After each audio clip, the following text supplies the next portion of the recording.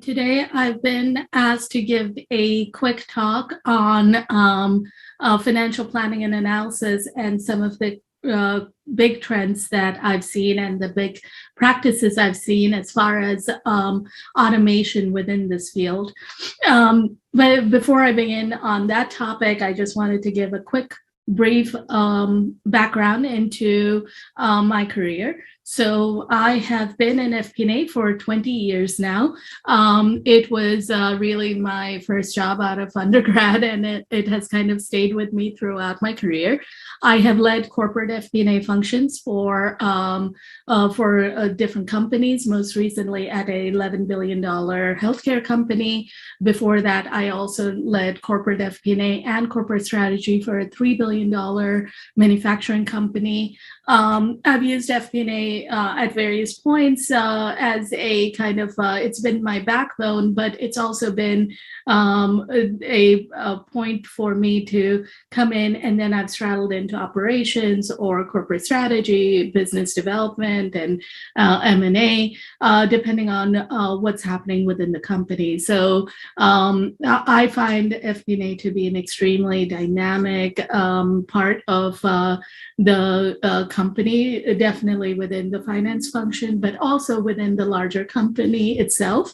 And one of the big things that I really enjoy about FP&A that I've really, as I've gotten more and more involved, and as I've seen it across different industries, because I've been across many manufacturing, I've been in investment banks for a big part of my career. I've also gone across to pharmaceutical and telecom. So I've seen it across a lot of different entities and at different evolutionary points. I've seen it in business units and at the corporate level. And one of the things that I find really exciting about this function and the role that we tend to play as FP&A professionals has been in our role in helping shape and validate the company vision. So that's why we often get a seat at the table. And that's what is so exciting about what we do is we can use financial data or operational data, combine it with financial data to provide that, to shape a company's vision, or to really just validate, hey, is this, are these strategic goals and objectives achievable? Can we validate them? And that's the role that FP&A plays that I find to be very exciting. One of the big things that I've always found also really interesting within FP&A is we often do three big things within our function. We are in charge of the strategic plan, typically 3, 5, 7-year plan, depending on the company, industry, et cetera. Sometimes 10-year plan, certainly in the pharmaceutical space. And then we also have our the annual budget within our purview, as well as the quarterly or monthly forecast within our purview. Now, these all are forward-looking, so a lot of people often say, well, aren't they kind of the same, or don't they get repetitive or redundant? And you know, one of the things is that I found through my experience has been that these are they're very distinct from each other, and they have very distinct roles to play within the organization. For example, the 5-year strategic plan is truly, let's just say 5-year, your long-term strategic plan is truly your vision for the company. Where do you want to be in 5 years? What are those metrics, those key metrics that you want to achieve in 5 years? Now, the interesting part becomes is when you take that strategy, and that comes from the vision, that's that shaping the vision that gets you to the strategic plan. But once you get to that vision and say it's 5 years, and you say, okay, here's where I need to be in 5 years, what does that mean for year 4? Where do I need to be in year 4 in order to be there in year 5, to be where what your strategic goals are? What does that mean for year 3? Are there significant investments you need to make in this year in order to reap the benefits over the next 2 years? Or maybe it's required in year 2. What does that look like? What kind of investment? How are you going to actually implement that? What are some of the decisions that you need in order to have that investment being made in year 2 so that you can see the benefit in year 5? What are those decisions looking like? What are those actions looking like? And then if you were making that decision here for that investment, what's your roadmap for the next coming year? What does that look like in order for you to be prepared for this investment? Do you need to have a certain amount of cash here? So you start to see how they're interconnected, but they're very distinct. Now, the key difference between the strategic plan and the annual plan is not just that this is the 5-year view, this is the 1-year view, but this is your strategic vision shape. This is your roadmap for the next year to get you to the targets that you've set that will achieve that 5-year strategic plan.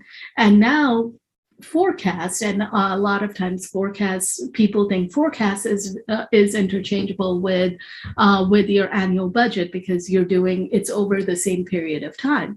But the forecast often, at least from a FP&A perspective, often have a completely different reason for existence. The forecasts are truly predictive. So if the strategic plan is where you want to be, so this is the broad vision.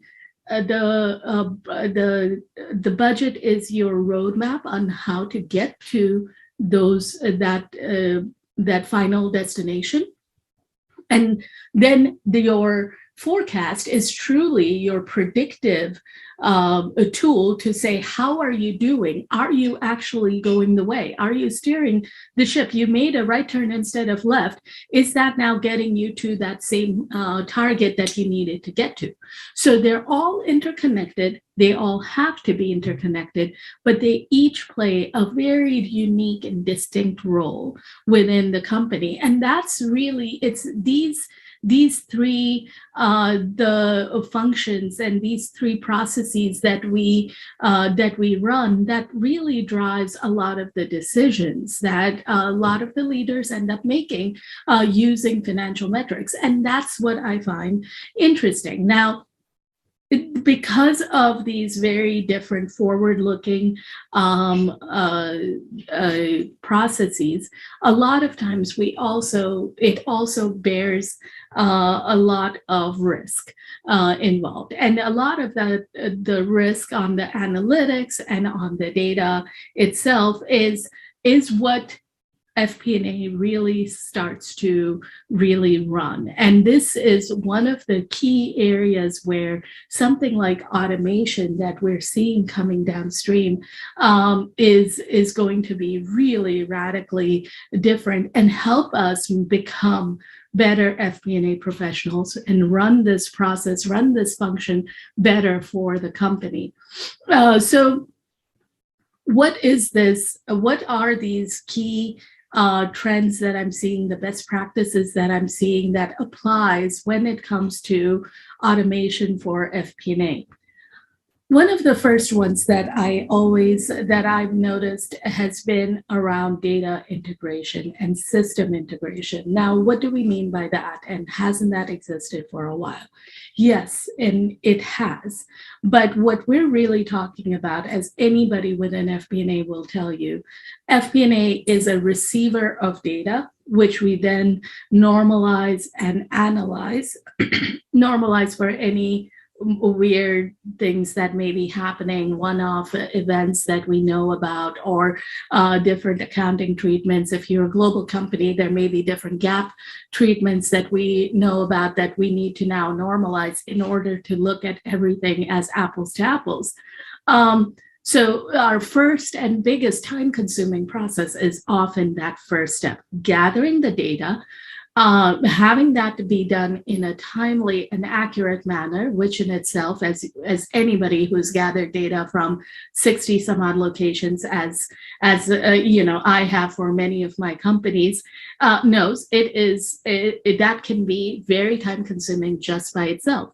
So we have to capture data. Some of it can be extremely disparate, and then we have to normalize it. Look at it in some kind of a standardized way. Oftentimes, we also have to look at operational data, bring that in order to tie financial data to operational drivers, and really because your decisions are not going to be made necessarily on the line items, on how accounting and how financial line items are working out.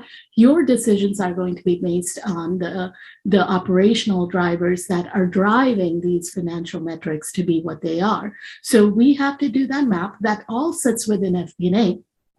And then we have to pull out predictive analytics and all that stuff for all of our forward-looking statements.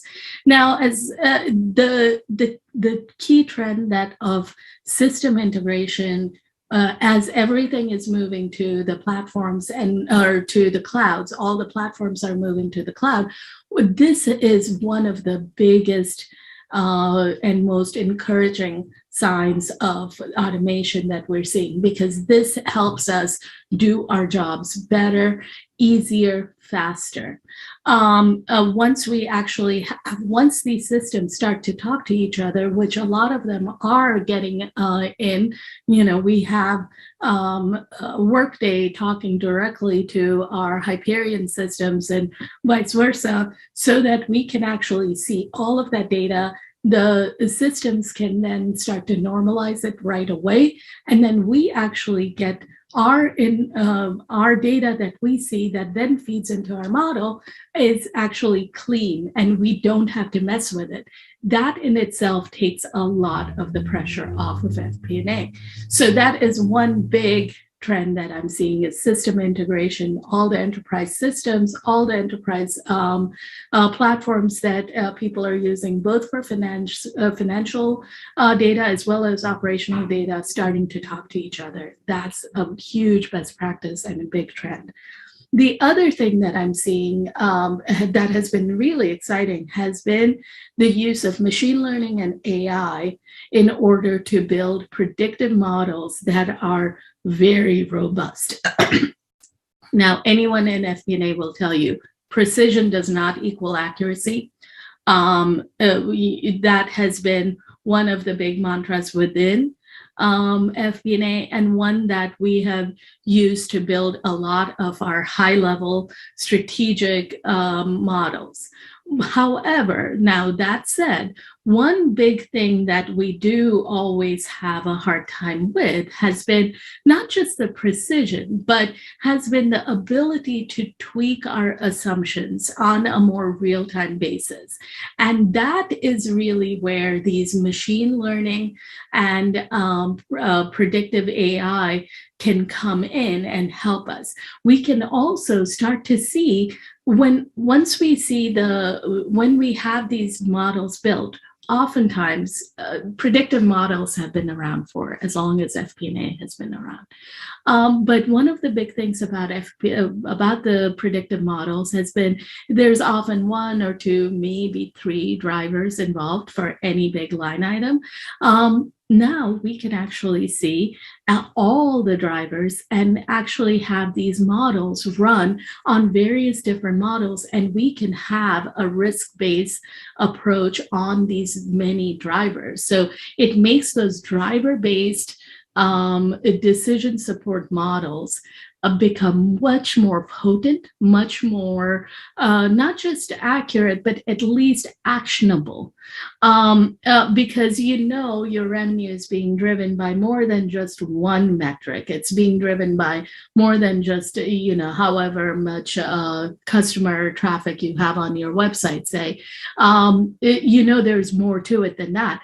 These predictive machine learning models nowadays, and the ones that are being implemented, can actually do all of that detail at an account level, not just at a abbreviated high level, line item level. This has been exciting. The other thing that both of these things bring, the data integration and the machine learning AI, has been that FP&A can now run a lot of their modeling and do forecasting and even updates to their budgets, however they run it, on a much more frequent basis. This allows, and it's all fast because data is coming in. It makes it so much faster for us to turn around and analyze data. And if a predictive model is getting us 80% of the way there, we only have to mess around with 20% of the line items. That makes our turnaround be faster. And what the turnaround really does is it gives us a ability to provide support on a more real-time basis. And this is what builds that agile process, the agile FP&A system that everybody has been talking about. That frequency, doing it more often and having a quick turnaround, so you're not doing your forecast on the third week of the month because it took you so long to capture all the data, analyze it, etc. Now you have only 1 week to action anything that you learned from that exercise, which we all know happens way more than we like to admit. We can actually, the frequency and the speed can actually, and what automation is bringing to the table allows us to be much more reactive, much more and proactive, and act on anything that we're seeing right away. The fourth key trend that I personally find to be the most exciting trend has been this advent of XP&A, not just FP&A. It's this idea that we can take our methodology, the rigor, the discipline that we have developed over the course of the FP&A function being evolving, but we can take that discipline and that rigor and apply it to other parts of your enterprise, be it operations or workforce planning, HR, or marketing, whichever other functions. But we can apply that same 5-year vision plan analysis, taking of data and applying it so that we can see how it can convert into a roadmap, it can convert into predictive, it can convert into vision shaping, whatever it is. It's that rigor that we can bring into other functions within the corporation. And that is the most exciting trends that I've seen. And with that, I will open it for questions. Anybody is open to reach out to.